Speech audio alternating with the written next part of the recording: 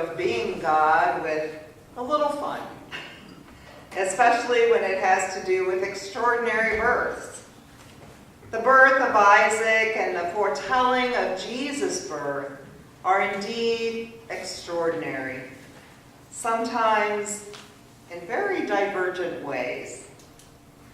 Sarah and Abraham's baby had been long promised. Mary's baby was announced, and it came to be right away. Both mothers heard the promise from the lips of God's messengers.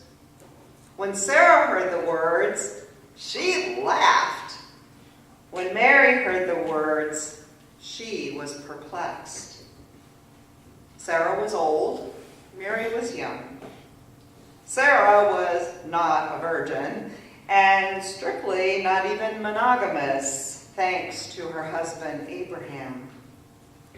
Mary was a virgin.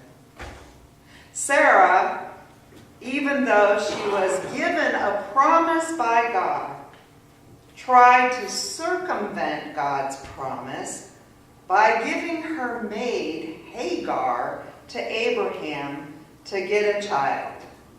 And that didn't work out very well. Mary accepted the promise and her servanthood to God. Sarah, as most parents plan and hope, died before her son. But Mary would witness the death of her son on a cross, that some would see as murder, but others would believe was the act of the salvation of humanity. One interesting thing that both women held in common was the declaration of God's messengers. To Sarah it was said, "Is anything too wondrous for the Lord?" And to Mary, a very similar message, "For nothing will be impossible for God." Unusual births, even miraculous births, are not uncommon in the Bible. The list includes Isaac, Samuel, Samson, Melchizedek, John the Baptist, and of course, Jesus. Most of the mothers of these sons had tried to have children, but were unable, and their age was advanced, very advanced. The importance of being advanced in age, or being a virgin for that matter, is important for the stories. The children they bore fulfilled a promise that God had made and did not come by any natural process. God's eternal purpose cannot be separated from the concrete biological reality. These mothers and sons were both signs and the fulfillment of a promise. Isaac is an interesting person in that he is a totally uninteresting person. Other than fathering Esau and Jacob, he has no real claim to fame. He isn't known as a great leader, a great example of faith, a great warrior, or even a great husband and father. He's kind of a placeholder in the line of descendants. The real story is carried by his father and by his sons. Yet the story of Isaac is important, not because of what it says about Isaac, but what it says about God. Two of the things that I hope we have seen so far in our chronological journey through the Bible, and what will continue to be made very clear, is that first, God is always true. The divine promise maker is always true. The second, that God works through very ordinary people. One of the funniest things I sometimes hear from people is something like this: I'm not special. I don't have any extraordinary abilities. I don't think God can use me in any big way, maybe not in any way at all.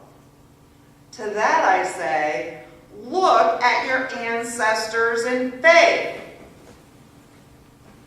I am always astounded how God uses ordinary people, and in many cases, sometimes in most cases, extremely flawed people, wounded people, selfish people, people angling for power and control, and often people with questionable moral compasses.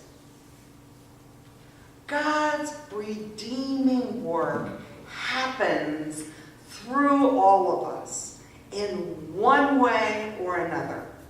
And that is why the Word of God is so scandalous. Shocking and outrageous is our God. Because our God will not take back the divine promise from anyone. God will not withhold divine love from anyone. God will not take away divine hope from anyone. The name Isaac means laughter. Rabbi Samson Raphael Hirsch wrote about the poignancy of this name for Jews, and I would add in association for Christians as well. He wrote, "The entire beginning of the Jewish people is laughable. Its history, its expectations, its hopes. God waited with the foundation of this people until its forefathers had reached a ridiculous high age. Therefore, God began the realization of his promise only after human hopes had come to an end. For a people was about to be created, which was to stand with its whole existence in contrast to human history. Therefore, until today, to those who in their short-sightedness deny God, this people must appear the most ridiculous joke of all. The derisive laughter which has followed the Jew through history is the truest proof of the divine nature of its path." Think about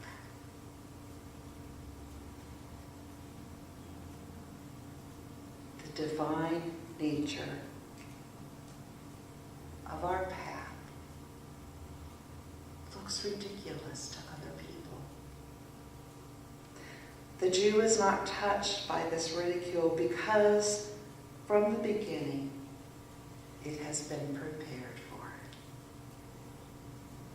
When human hope is crushed in us, when we feel like we're at the end of the road, or we can't see how our lives or the lives of those we love can ever be worked out, when we can no longer rally, our God is the only hope that matters.